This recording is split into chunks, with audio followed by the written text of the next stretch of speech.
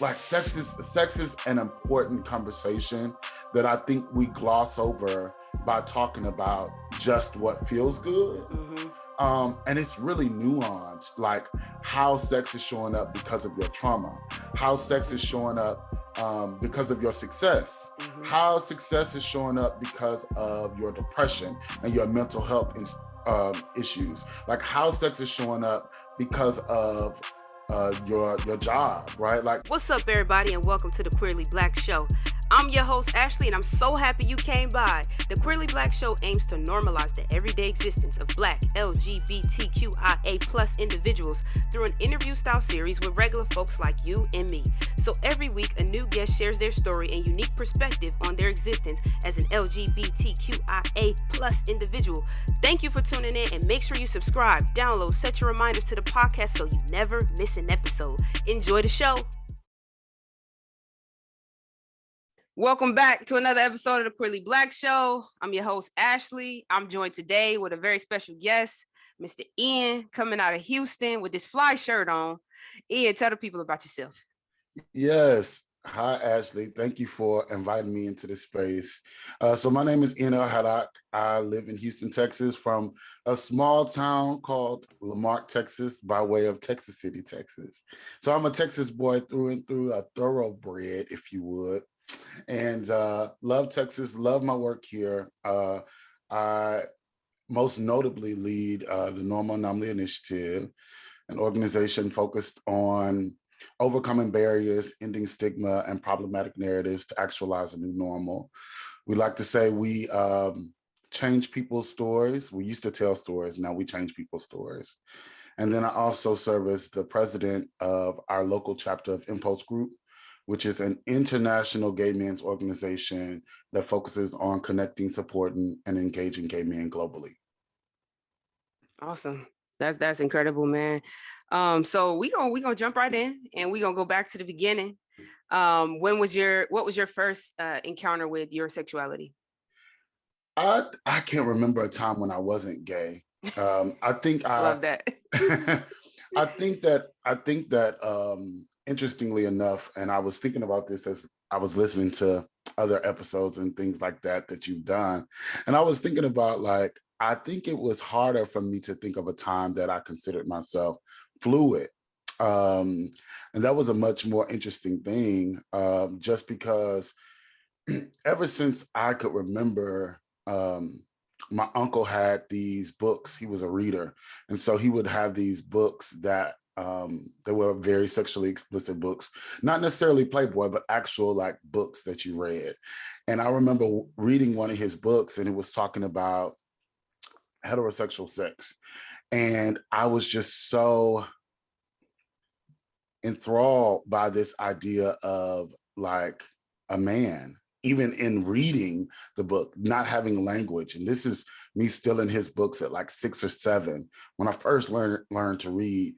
But over time, like, I just always connected myself as like different. I was a more feminine, definitely more feminine than I am now. I was a very feminine kid.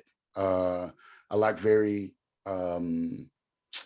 whimsical, flamboyant things. You know, I like dance and I like singing, and not that that has to be equated to being queer, but it was just very feminine. And I was always like a big burly guy. So it was like just Texas a lot fed. of Texas fed, yes. And so I was always just really trying to figure out what the language was. And like I said, I think thinking back and really considering it, I realized how fluid I was, because I was also attracted to all like genders. I think I was always attracted to both ends of the spectrum. But when you're different, right? When you are a feminine young Black gay guy in the country part of Texas, you're relegated to a particular thing. And so my mom didn't let me play football until I was in 8th grade, right? She didn't let me get into sports, go outside, learn how to swim, those kind of things, because I was a little dainty. And so really, I think my first true concept of sexuality was realizing, hold on, I like both of these things, and not necessarily genders or sex or sexuality, but like I like all of these things. And so now, what do I call a person that likes those things? Yeah, yeah, that's interesting. Um, as you were growing up, so did you talk to your mom about your sexuality at all that early? Being like, uh, if you were, more feminine, usually like with a boy, especially, there's some like, you can't do that, you got to play with trucks, or like there may be these things. Did your mom ever say anything to you about it? So, everybody knew, nobody told me, Mm. right? And it came out in different ways. And I often say, like when I tell my mom's story, she passed away in 2012, which I, definitely have dealt with. So we definitely don't have to, go around having that Mhm. conversation. But she passed away in 2012. We ended up being the best of friends and talking about everything and really getting a lot out. But when I tell my mom's story, often she looks like a villain. But I want to preface by saying that she only had language and knowledge of what she had. And so it's not giving her an excuse, but it's kind of like setting the stage for some of the things that I'll talk about in my childhood. So my mom was a cursor. She cursed like a sailor, as people would often say. Um, Mhm. and so she used her words. When she didn't have words, she used the only words that she could use. And so I was a faggot and a sissy from very young. I don't know if I ever recognized, because my mom was a very aggressive, dominating, sometimes very angry person just about life. Um, I don't know if I realized that she was being uh, saying something derogatory Mhm. for a long time. When I was a kid, I just thought, okay, well, that's the language. You're feminine, so you're a faggot, you're a sissy. I didn't realize that it was a problem until my brothers started getting in on it and really trying to, make me a man. I can remember this one time. My brother had a Delta 88, and we were driving. So Texas City is the mainland part of Galveston. So Mhm. it's the last thing that is on land before you go across the island. And so that's where we would like learn everything. So he was teaching me how to drive um, on the back roads by Texas City Dike. And I don't mean that in a derogatory way, but Texas City Dike. So we were driving on the back roads, and I remember I was driving pretty well. Um, but he kept on saying, you're hitting the brake too hard, you're hitting the brake too hard. So I was easing on the brake. Everything was going well, but I was driving like with two hands on the steering wheel, with my back straight. I wanted the seat up. And every time I would sit up too hard, he would slap me in the back of my head. I'm sorry. Um, and he would just slap me upside my head. And I was like, brother, why are you hitting me? He was like, you are driving very feminine. Sit back, sit back. So I would sit back, and he's like, put one hand on the steering wheel. I had one hand on the steering wheel. I'm like, it's hard to control. It's hard to control if it's only one hand. I'm still trying to learn. But every time I would put the other hand up, he would slap me upside my head. And then finally, like we were listening to Zero, a popular artist here at the time, still popular, but really popular during that time. We were listening to Zero, and I knew nothing about the music because I was a church queen. And and we were listening to Zero, and I didn't know how to bob my head correctly. Like you're supposed to bob your head real slow, and all this kind of, I didn't know how to do all of that. And so he would pop me upside my head every time I did something. Every time I did something that he felt was feminine, he would hit me. And so I didn't really learn how to drive till I was like 23 or 24, because I was so traumatized thinking I can't drive. And it really wasn't the fact I couldn't drive. It was the fact that I wasn't masculine enough Mm. in the things that he was teaching me. So that's Yeah. when it started to really come up for me, is when my brothers got involved and was noticing the femininity and kind of in very passive aggressive microaggressions, showing me that this is not the way. Yeah. Yeah. Do you remember like was that a part of, because you present very masculine. What was that journey back to, kind of from a what you would consider a more feminine kid, to presenting more masculine? You know, I, one, this is hindsight. In hindsight, I don't know if I was actually very feminine, right? I think I was feminine for a trap house, which is where we lived, right? So that's one thing, but that was feminine to me. That's, that's the lens that I saw myself in. And for a long time, I saw myself in. But I would also say societal norms have played a part in this. I've always had a deep voice. I've always been like this country, Texas fed, thoroughbred kind of guy. But I think that over time, I have just grown up, and being an adult for me has become more masculine. When I first came out, I was like, can I curse on here? Yeah. Okay. When I came out, I was shaking my ass at the club. When I was, 16, 17 years old, sneaking in the club. And people just created a narrative about who I was and how I presented. I was, slimmer and younger and a twink, and people were like creating a narrative for me. And one day, for a little while, I went back home for like just a week. I only lived back home for about a week once I left at 16. But I went back home and I saw my brother, and I kind of understood his personality more, because coming to Houston and being around a wide spectrum of like queerness, gay women, gay men, trans women, trans men. And I was able to see like, oh, there is a spectrum of like presentation. And so I kind of understood his presentation a little bit more. Oh, you had the grill, he had the braids, he had the beard. He at that time wore tall tees, he wore J's. And I was like, oh, I see that now. Like, I get it. And I also see how people respect people in my world, in my new world. I see how people respect people that look like that. And so really it was about me putting on drag. That's what I tell people. I put on drag one day. And when I say drag, I don't mean like women clothes. I mean the opposite. I put on very masculine clothes. I got the grill and I got the tall tee. I still have the picture too. When this comes out, I'll post the picture as a throwback. Because I had went in full drag and everybody just changed their perception overnight. Like all of a sudden I was the boy, I was trade. Before you knew it, I was going to get tattoos. And really, as crazy as it is, and I'm literally processing this as we're talking, I literally began to emulate my brother in the weirdest way. Yeah. Yeah.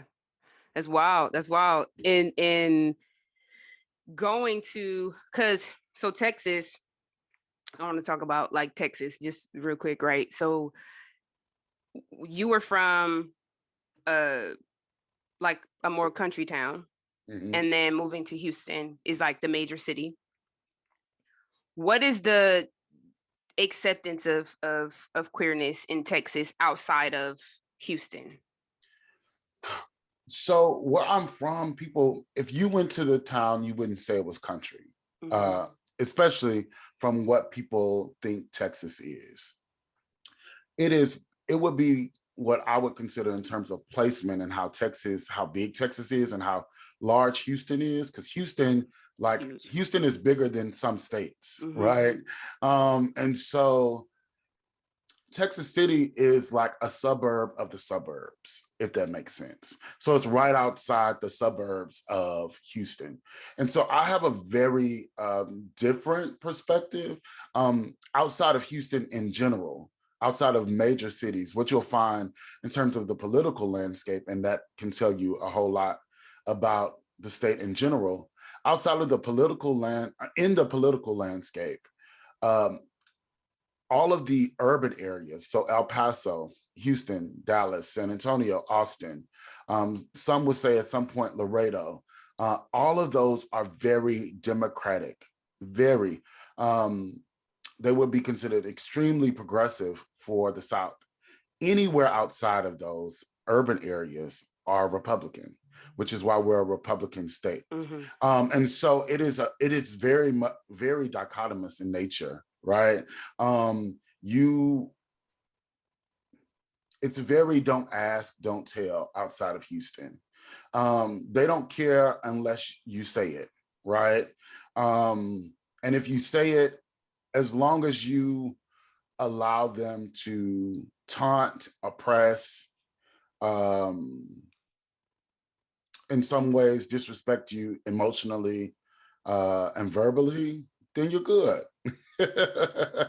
But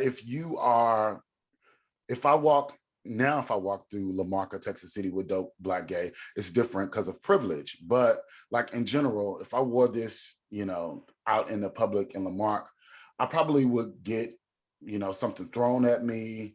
I definitely would have as the kingpin, the dope kingpin's little brother. I definitely would get, if I'm walking down the street, somebody would definitely pull over, step out the car, and have a very aggressive conversation. But I also don't think, I also don't think that we're far away from that here in Houston. Texas is still, although I'm not trans, but it's relative to this conversation, Texas is deemed the transgender murder capital of America. And so, all queerness has to be validated. And if any queerness is invalidated, then that means I'm at risk for the same thing. So I don't think that we're too far away from it. I think I was talking to this lady from California yesterday, and I think she's from like the Valley or something like that. And she was saying the Valley in California is Texas, right? California is like Houston. Neither one of them is really progressive, but they perform well. Yeah, that makes a lot of sense. I think it's interesting you highlight that, because Texas, I know, does have a pretty progressive queer scene. It's a big place, and obviously all people exist, but I've been to Texas a few times and you see a lot of big trucks, and just like at the time you got the Trump flags and just a lot of things that are not accepting. And so it's always interesting to me when you can find space in a place that's like that, right? Where, if you step outside of a line, you could be in true danger, like if you, veer too far off one side, of the highway, you could really be in trouble. And so how is it existing in a place like that? And then we can just naturally talk about the initiative that you have and how that has helped with people, finding space, finding comfort, and navigating, such a tough, demographic. Yeah, so it's a very interesting space. A couple months ago, my best friend lived in Dallas, and Dallas is a 3.5 hour drive. So we drive to Dallas like people drive from New York to Philly, right? It's just, you do it. It's fun. You go to a different city, right? So heading to Dallas, there are a couple different situations that you go through. One of them being that as soon as you get outside of Houston, and I'm not saying outside of the suburbs, I'm talking about when you get to the suburbs, and it may still be there now because this was 3 months ago. There's a huge Trump sign still there. Driving to New Orleans, which is going east of Texas, going east of Houston, there's a town, forget what they call them, but the towns that you do not stop in if you're Black, right? So it's a very, very, very interesting place at the intersection of being a person of color, me being Black, and queer. What we focus on in my work and my team and my colleagues, we focus on the opportunities. All of our work centers what we call the movable middle. We don't do we do allyship work to some extent, but we really focus on the people in the middle, not just the people in the middle, but the people in the middle that really are ignorant, really don't have knowledge. Texas is so large that lots and lots and lots of people don't even go outside of a 30-mile radius in their life. Mhm. My family, Texas City is no more than, I don't know, 30, maybe 40 miles away. I got my home, I bought my home last year. My family still hasn't seen it. My family has not, only one person in my family has ever been to any of my places, apartments or otherwise, in Houston, ever, right? Outside my mom before she passed away. And so like people literally stay in their bubble, and for that reason, they may never know what's outside of it.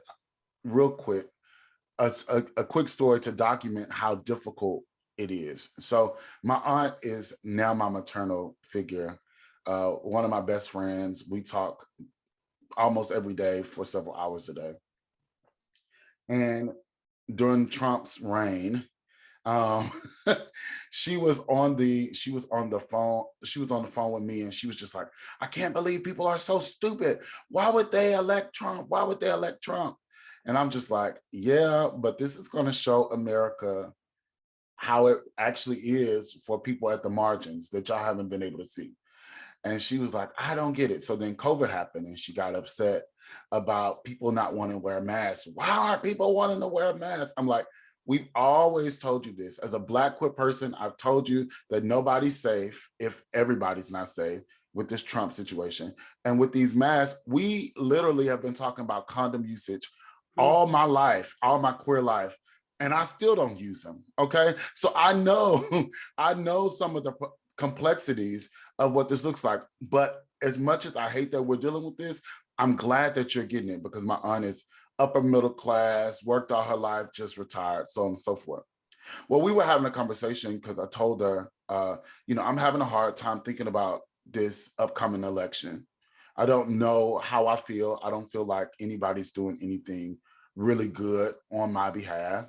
And I'm changing. Things are changing. My finances are changing. My influence is changing. And I don't want a lot of people. So I'm really just trying to figure this out. This is the first time I talked about this publicly. Mm-hmm. But she was so upset. She was so upset, obviously, because my influence is growing. And she's like, don't ever say that in public. And I'm just like, but you are just coming into this. And interestingly enough, I told her, I said, I want you to look up who represents you in your district. Mm-hmm. And who represents her, unfortunately, is Ted Cruz. So I said, like, Jesus Christ. So I said, with all of that, and that what you haven't realized is that you are just coming into this awareness of all of these complexities and disparities and oppression, and really stupidity and ignorance. And at least I already knew about Cruz and how terrible he was, but you didn't even know he was representing you. So I say all of that to say, like, there are so many people who just don't know because they live in their bubble. And all it takes is that one Trump moment, right? Going to this example, all it takes is that one mask moment for them to begin to formulate an understanding to say, you know what? I didn't get this before, but I get this now. And so that's what we choose to do, is to talk to people who can get it now, finally. Yeah. That's good. That makes a lot of sense, the movable middle, because I think a lot of us do face people who are just, it really is ignorance. It's not for lack of trying. It's not for dismissiveness. It's just, you just have never had to consider this. It's Yeah. never been something you've even had to consider. And when faced with it, they struggle. But having resources like you and your organization help them to understand. So Mhm. that's good. I've never heard it put that way, the movable middle, but that's awesome. Yeah. Yeah.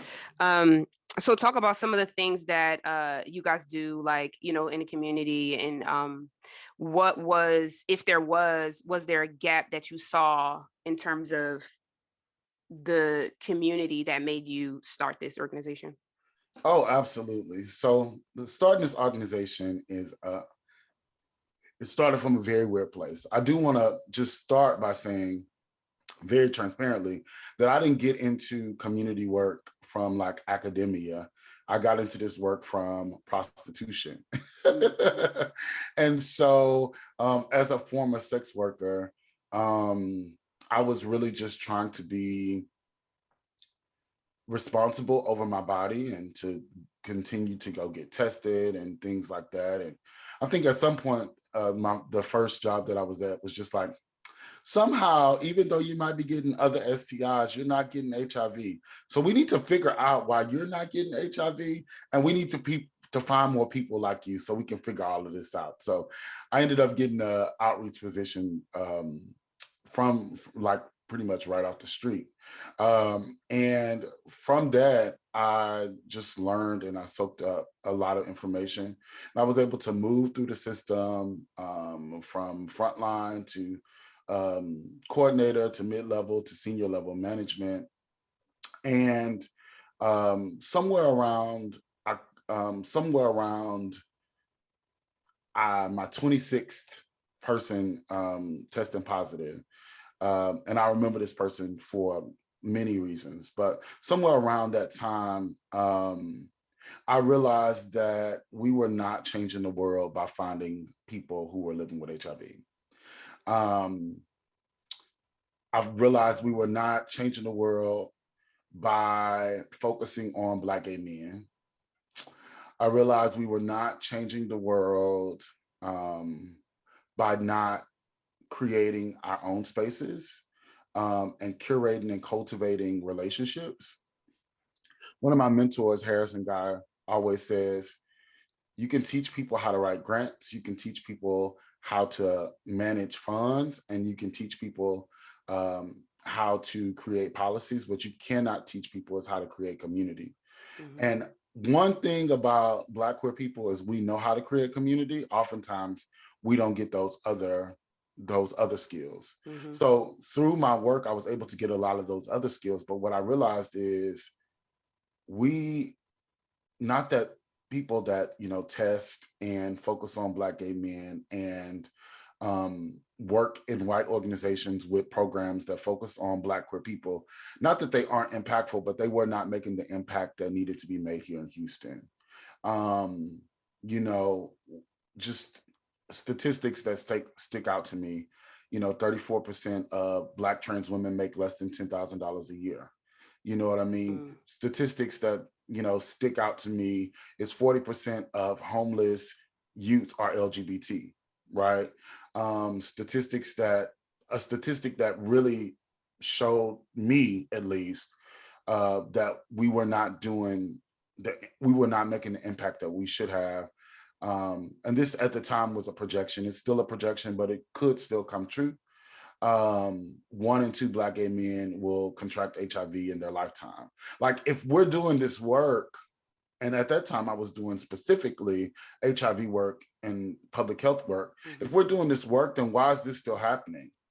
You know what I mean? Yeah. And at some point I just realized that you got to be the change you want to see. So I quit my job at the county. I moved into, it's one of the most depressing times in my life, but I moved into what was a garage apartment, but by all means, I'm sure could not have been rented out in other, if it was actually rented. But I moved in a friend's garage and I wrote and I thought and I wrote and I thought. And it was an awful time, but I knew we had to do something different, and I had to try to figure it out. I had no idea that we would become this. It was originally like, I love to write, I love to tell stories, so I started out as a blog. We, did a couple PSAs. We created some content for like Prime Video, and everything was going good, and the stories were getting picked up. It was just the fact that we were not tangibly making impact. Yeah. And so just in 2018, no, I'm sorry, in 2020, we got an opportunity to write for some direct services money. And surprisingly, they gave it to us. And since then, we have grown to over 8 programs, 9, I think, maybe. I'm about to name them anyway. So we've grown to center 3 things: direct services, advocacy programs, and capacity building and research. So under our direct services, currently we send out at-home HIV tests. We provide the HIV tests. We don't do them. We do transportation services and employment services. So we can get people to and from job interviews, to and from doctor's appointments. And then we also have a program to connect people with affirming employment. And then we have like these advocacy programs, and we do advocacy focused on tangible ways to move our community forward.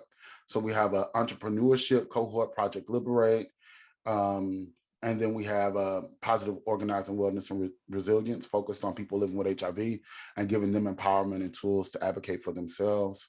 And then we have the Trans Allyship Collective, which is a coalition of organizations that want to be better allies to the trans community, led by trans folk. And then finally, we do capacity building and research. So our capacity building focuses on DEI work and sex positive organization building. And then we do some work with the HIV Prevention Trials Network. That's awesome. Yeah. So, wow, that's a that's a long way from where you started. Yes. Yes. I mean, a long way from where you started. What, briefly, just since you mentioned it, I didn't know that. This started out of being a sex worker. What discoveries did you make while working as a sex worker? A couple things. One, I realized how much I learned from my brother, right? My brother as this dope dealer, that really, in his mind, both of my brothers really, in their mind, didn't have a way out and had to use what they could that was in their environment to live.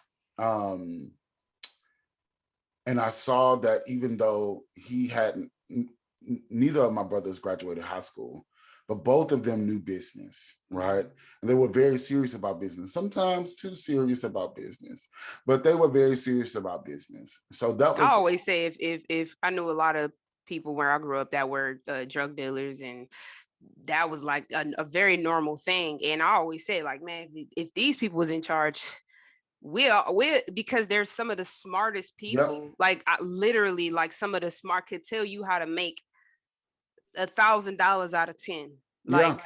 no problem, so continue. But I 100% agree. Very smart. Yeah, I just told one of my mentors yesterday, I said, what if the people that we were around knew how brilliant they were? Like, what if they knew what we knew, right? But yeah, so that was the first thing. I realized that I learned a lot from being in that environment. Something else that I realized is that, and I say this is cliche because everybody says it, but sex work really is work. It is mentally draining. It's emotionally exhausting. And, no matter how glamorized it is, it is a lot. It's a lot of work. It's actually work that I would never want to do again, because it's a lot of work. Honestly, it's harder than McDonald's and what I do now, for sure. Also, I just like realized that lots of people. So I've been in sex therapy I'm no longer in sex therapy. I am in therapy, but I was in sex therapy for like 5 years. And what I learned in sex therapy is because queerness is so easily conflated to sex, people relegate the need to desire sex to like being horny, but really it's the desire for intimacy and connection many times. Mhm. And so what I've realized now, on the other side of it, is how difficult sex work has made being in relationship for me. So when I'm dating somebody, and I'm often dating somebody, I'm generally not dating for a long time because I'm hypersexual when we meet, because I'm obviously naturally turned on by them. But once I get connected, I get sexually turned off because I'm used to it being such a transactional relationship. Very interesting.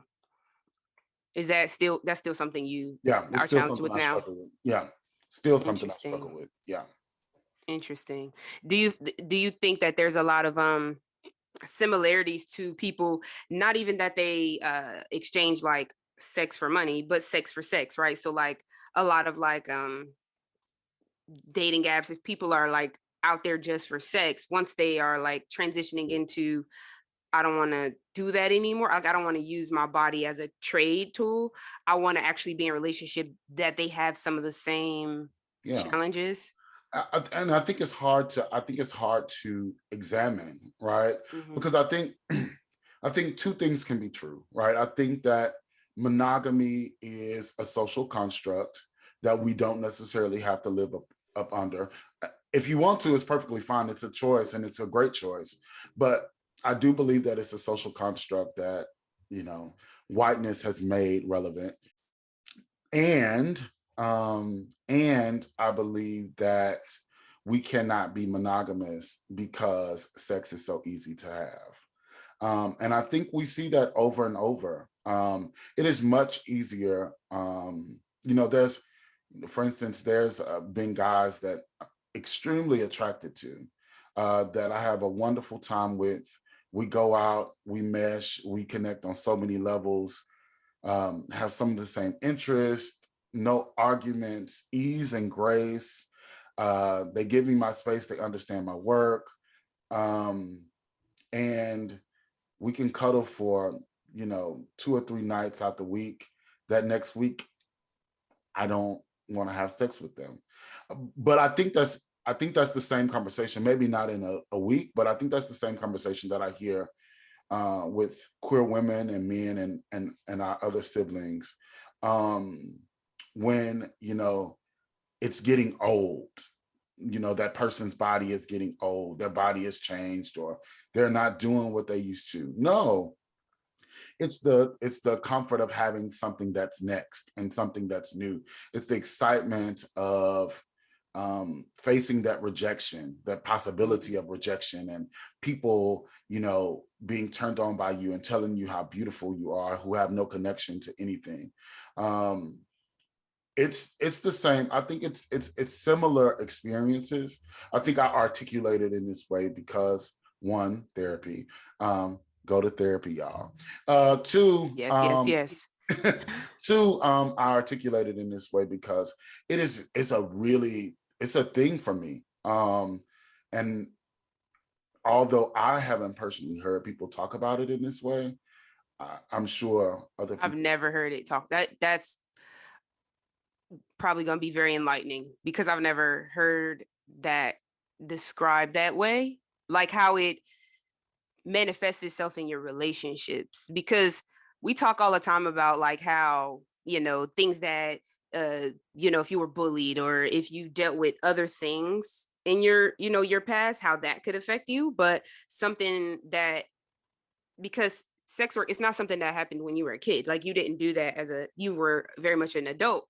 And then, a few years later, now you're trying to get in a relationship, and that is something that has impacted your ability to be in relationship. I don't think people think about that, but I also don't think that people think that having relationships, situationships and hookups and, sleep with this person today and tomorrow, and how that same thing can affect, moving forward. Like, I'll think about like some of our favorite examples, heterosexuals, Sierra, who's like, why was Russell, this whole narrative around why her relationship with Russell was so different, and she essentially, what she traded for was different. She didn't have sex with him. The foundation of them was centered on something else. I guess my summary is how big sex is, like how much of a factor it is. It can be both positive and negative, depending on how it showed up for you at different points. It's very interesting that you bring that up, because again, I am a chest full of oxymoronic statements, right? Which I think adds to my complexity, right? But we all are, by the way. Yes, we all are, right? I was going through a situation where I did wait. I said, I'm gonna wait. This guy is amazing, still amazing guy, super amazing guy, both on paper and personally. Had a little bit of, a needy spirit, and that made him a little whiny. But other than that, that's all good, because I like a little bit of, all of that. But we waited, and, he met my chosen family. He met some of my biological family, holidays, all this kind of stuff. So we finally had sex, and it was awful. Hope you're not listening, baby. I don't know if he knew it was awful. But it was awful. Not that he was bad at sex. He just had he just didn't have what I wanted sexually. And it's not top bottom things. I know y'all trying to figure it out, but can't say too much. He's gonna listen. But he wasn't bad at sex. He wasn't good to me, right? And I went to my friends who range age groups, but all pretty successful, educated people, and I'm just like, so sex can't be this important because he checks all the boxes. So like, why would I not talk to somebody who checks all the boxes just because the sex isn't that great? Like, can I teach this person sex? And to my surprise, gay men, gay women, trans women, it's about 12 of them. It was like, no, sex is like one of the most important things. It is important. If you're not having good sex, then how are you going to be with somebody? Right. It's very important. And so it's a really weird place to be in. To like, sex is an important conversation that I think we gloss over by talking about just what feels good.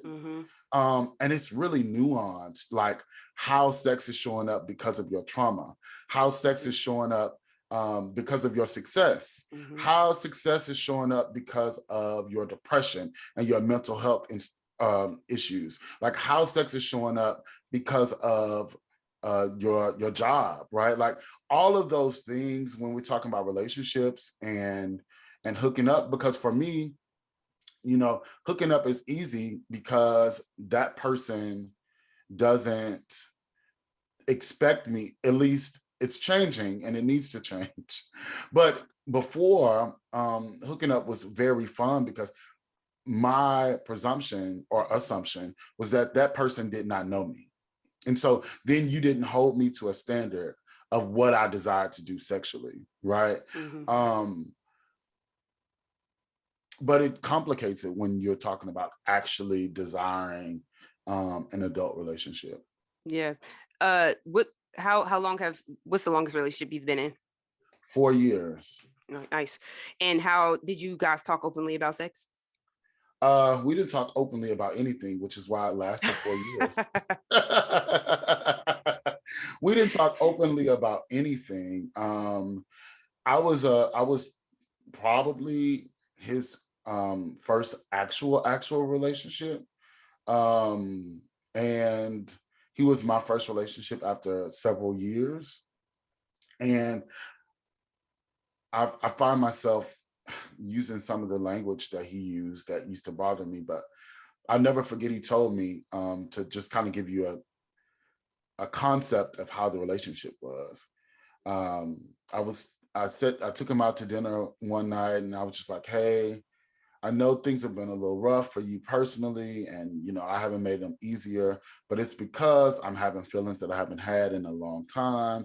And I'm letting you know I'm falling for you, and I would, like for us to start talking about, making things official. And he was like, but why do we need to make an announcement to each other that it's official? Why can't it just happen naturally? And so for 4 years, I was in a natural relationship that had no title.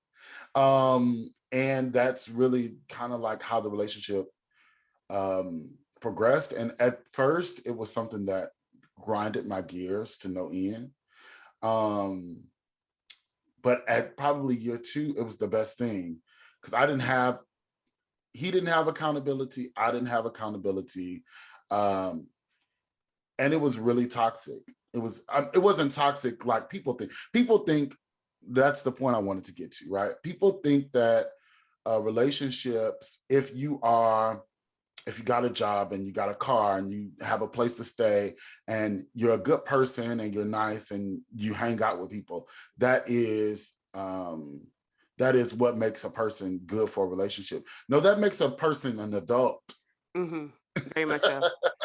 That makes a person an adult. And so I was in an adult friendship for 4 years that I called a relationship. So now looking for an actual relationship that sets boundaries and has parameters and holds each other accountable with conversations regarding tough things is what I desire. And so that's not as easy as finding somebody that's cute. I got it. That makes a lot of sense. Yeah. Wow, this was good. This was really good. Change the topics a little bit. We're getting close to the end. If you had a theme song for your life, what would it be? So I alluded to the fact that I am a church queen. I love church. I don't like Christians, but I love church. So a theme song at the moment, last week it would have been like Down Below by Roddy Ricch. But this week it is Thank You for Being God by Travis Green. Awesome. That's what's up. Yeah. That's dope. Yeah, man. I think I've been going back and forth. Mine is probably 50 Cent Hustler's Ambition. but swap out the drugs for success in life, period. Yeah. And that's probably my life. I ask everybody, what's one piece of advice you have for somebody who might be going through their own journey? One piece of advice.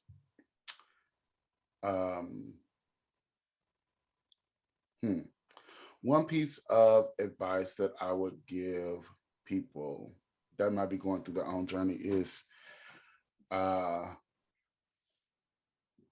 it's worth it. It's worth it. And I think about all kind of things that I've dealt with and am dealing with and am going through. But then I think about, my friend who is not out, who I have urged to say, it may never be time to come out. And I think about one of my good friends and colleagues that I work with every day, who's a beautiful trans woman who has her things going on as a trans woman. And the power is in hope. This world is not kind, especially to marginalized people. but we have each other, and in us we have hope. Like, I didn't meet you until Instagram, and we are on this podcast talking like the best of friends. We'll probably be connected forever For and sure. ever, right? And that's community. That's what community does. And so it's worth it. 100%. What I would give. It's worth it. Yeah. Thank you, man. That's good. It's totally worth it. Just to be hated for who you are and love for who you're not, because that just only eats you up. So I think that's awesome. Well, great. Tell the people where they can find you. Yeah, absolutely. So you can find me on social media myself at Ian Haddock on all platforms except for Twitter, because Twitter makes me want to look at nasty stuff, so I don't have one. But you can, more importantly, follow my organization, the Normal Anomaly.